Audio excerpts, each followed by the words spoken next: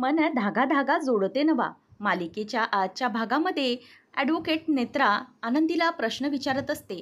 ती म्हणते की या कंपनीमध्ये म्हणजेच सार्थक राजाध्यक्ष यांच्या कंपनीमध्ये तुम्ही काम करत होतात आणि त्यानंतर त्यांच्याशी तुमची ओळख वाढली. ते अगदी हुशार आणि कर्तृत्ववान, त्यांच्याशी मैत्री देखील झाली तुमची. त्यानंतर मग तुमचं त्यांच्याशी लग्न झालं, बरोबर? पण हीच गोष्ट अंशुमन सुर्वे यांना कुठेतरी खटकली असेल ना, की तुमच्या डिवोर्सनंतर देखील तुम्ही लगेच लग्न केलं. तुमचा डिवोर्स झाला ते तसेच होते, पण तुम्ही मात्र लगेचच लग्न केलं. ही गोष्ट कुठेतरी त्यांना लागली असेल आणि दुखावली गेली असेल, त्यांचं मन दुखावलं गेलं असेल, बरोबर ना? त्यावेळेला आनंदी काही बोलत नाही. मग ॲडव्होकेट नेत्रा धर्माधिकारी म्हणते, तुम्ही डिवोर्सनंतर दुसरं लग्न केलं, पण तरीही तुम्ही जाऊन त्यांचं लग्न मोडलं. तो लग्न करत असताना त्याचं लग्न तुम्ही मोडलं, बरोबर ना? असं म्हटल्यावर आनंदी बघतच राहते.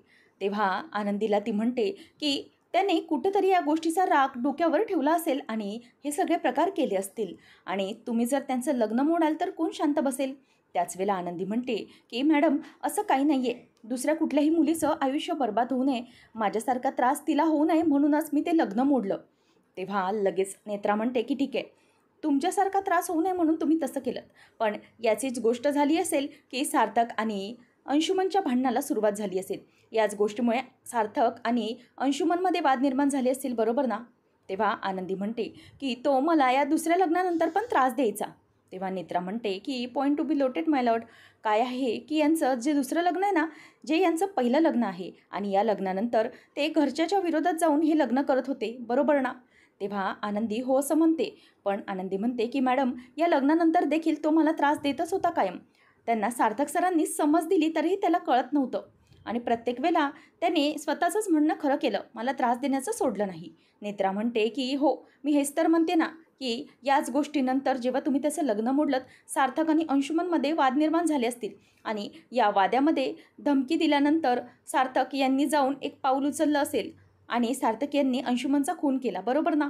तेव्हा आनंदी म्हणते की नाही, सार्थक सरांनी असं काहीही केलेलं नाही आहे. तेव्हा नेत्रा म्हणते की अहो, तुम्ही कशाला स्वतःचा आणि कोर्टाचा वेळ वाया घालवत आहात?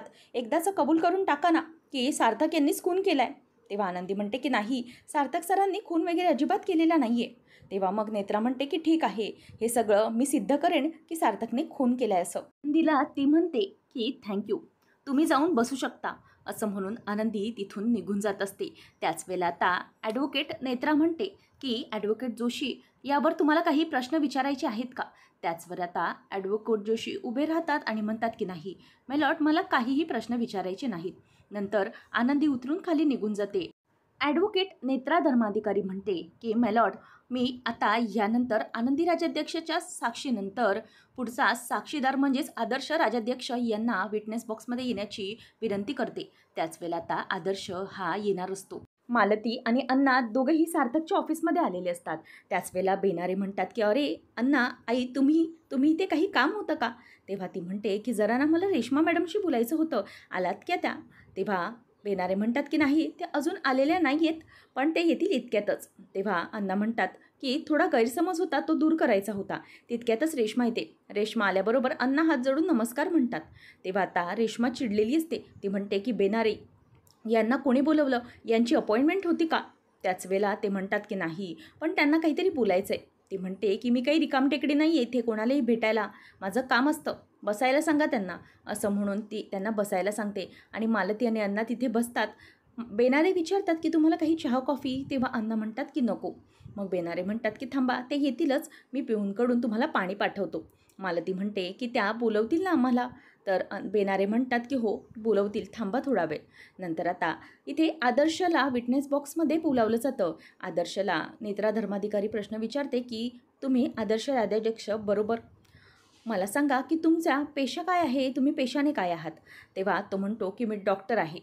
असं म्हटल्यानंतर ती म्हणते की बरं, मला असं कळलेलं आहे, नाही म्हणजे थोडं पर्सनल विचारते मी, तुमचा डिवोर्स झाला आहे बरोबर ना? तेव्हा तो हो असं म्हणतो. नंतर पुढे नेत्रा म्हणते की कसं वाटतंय डिवोर्स नंतर? तेव्हा लगेच पुढे या गोष्टीवरती वृंदाला खूपच वाईट वाटायला लागतं.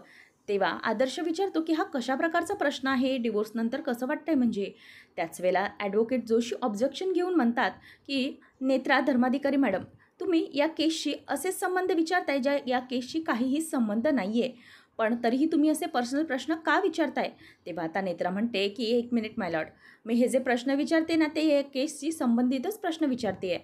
मला सांगा आदर्श राज्याध्यक्ष, तुमच्या पत्नीशी डिवोर्स झाला आहे, त्यानंतर डिवोर्सनंतर लगेच तुमच्या पत्नीने दुसरं लग्न केलं तर तुम्हाला काय वाटेल?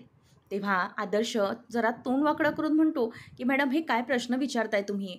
तेव्हा नेत्रा म्हणते की हे बघा, झाला ना त्रास तुम्हाला, असाच त्रास होतो जेव्हा एक पत्नी दुसऱ्या नवऱ्याबरोबर लग्न करते. थोडेही दिवस झालेले नसतात, लगेच लग्न होतं. मग त्याचाच त्या व्यक्तीवरती खूप परिणाम होऊ शकतो.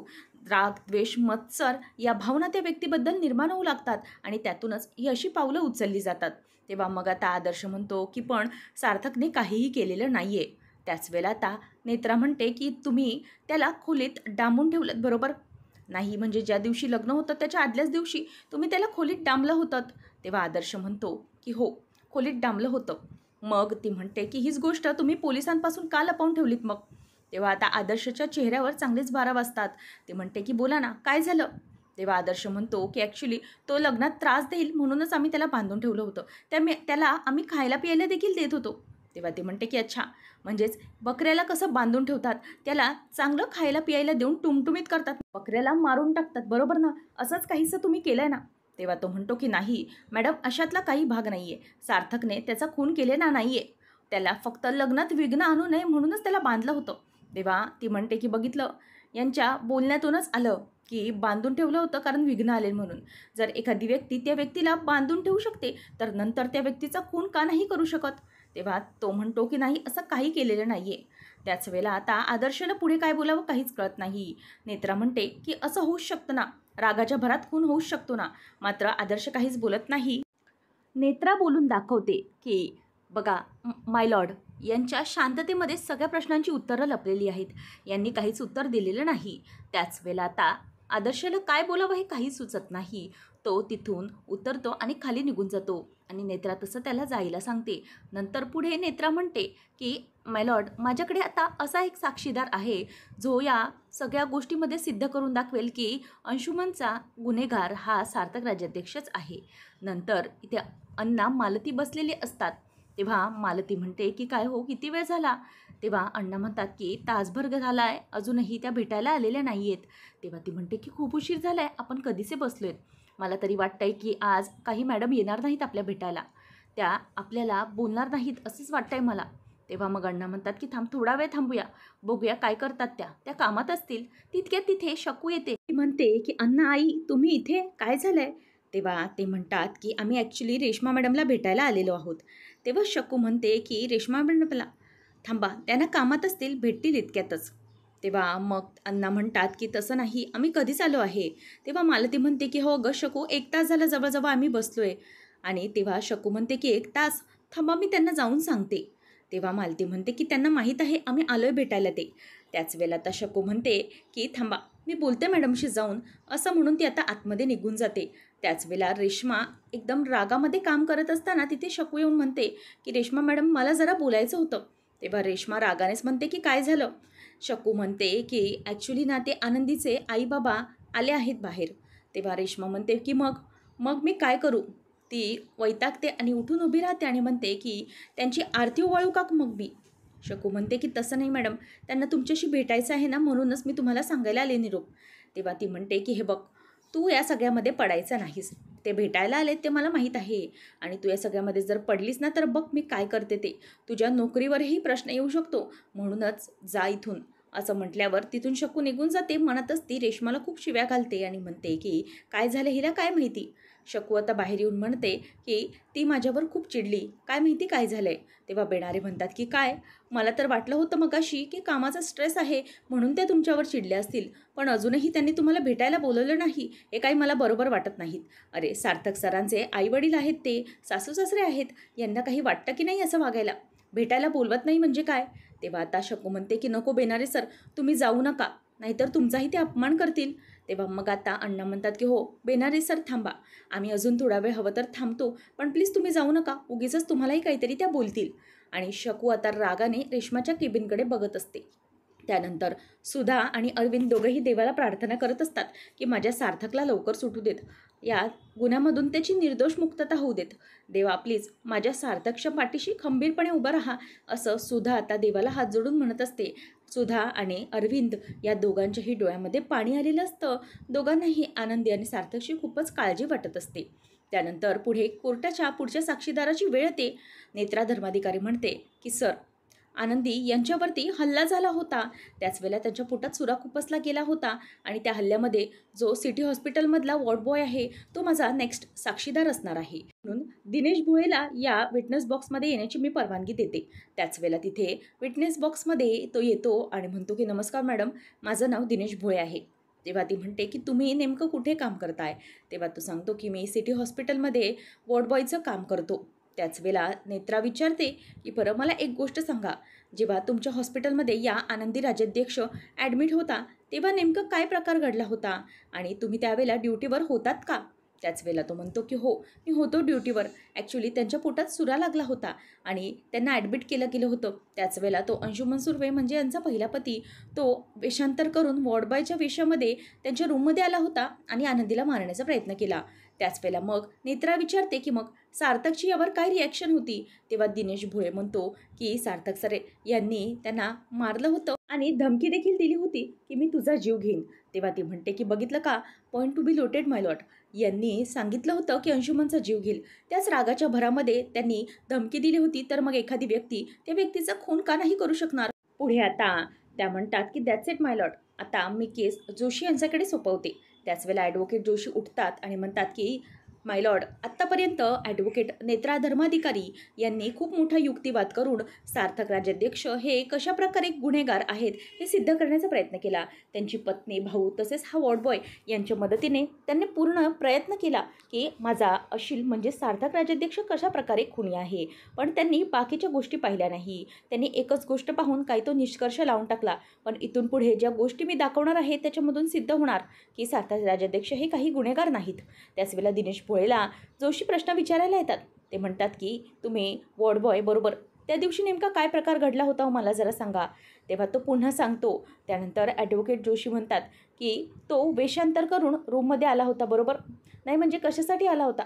सहजच आला होता की आणखी काही करायला? तेव्हा तो म्हणतो की नाही, तो आनंदीचा जीव घेण्यासाठी आला होता आणि आनंदीला त्याच्यापासून पूर्णपणे धोका होता. म्हणूनच सार्थकने त्याला झटापट झाली आणि सार्थकवरती उलटवार केल्यावरती सार्थकने त्याला सांगितलं की मी तुझा जीव घेईन. असं म्हटल्यावर आता जोशी वकील हसायला लागतात आणि सार्थकला देखील आता जोशी वकील बघतात आणि त्याच्याकडे बघून स्माईल देतात. त्याच वेळेला सार्थकला आता जोशी वकिलांकडून काहीतरी आशा वाटत असते आणि जोशी वकील म्हणतात की बघितलं का, त्या अंशुमनने काय प्रकार केला आहे, त्याने उलटवार केला आहे म्हणूनच हा प्रसंग पुढे घडला होता. असं आता म्हटल्यावरती सगळेजण गप्प बसतात आणि नेत्राचंही तोंड बंद होतं. तर आता पुढच्या भागामध्ये मालती अण्णा हे रेश्माजवळ दोघेही हात जोडतात आणि म्हणतात की प्लीज रेश्मा मॅडम, तुम्ही जी काही आमच्यावर केस केली आहे ना ती प्लीज मागे घ्या. तेव्हा मग आता आमच्यावर मानहानीचा दावा ठोकू नका असं ती म्हणते. रेश्मा म्हणते की नाही, आता काही होऊ शकत नाही, मी तुमच्यावरती आता केस केलेली आहे आणि ती मागे घेणार नाही. तुम्ही रस्त्यावर आलात तरी फरक पडणार नाही. हे ऐकून मालती आणि अण्णा यांना जबरदस्त मोठा धक्का बसतो. नंतर जोशी वकील हे म्हणत असतात की सार्थक राजाध्यक्ष यांनी फक्त त्या अंशुमन सुर्वेला बांधून ठेवलं होतं आणि बांधलं होतं आणि त्याला व्यवस्थित सांभाळतही होते. जर त्यांना मारायचंच असतं तर अगोदरच मारलं असतं ना आणि पुरून कुठेतरी ठेवलं असतं. आत्तापर्यंत वाट कशाला बघितली असती, असा आता प्रश्न कोर्टाला जोशी वकील करतात. तेव्हा सगळ्या जणांची बोलती आता बंद होऊन जाते. अशाच मालिकांचे लेटेस्ट अपडेट जाणून घेण्यासाठी आजच आपल्या चॅनलला सबस्क्राईब नक्की करा.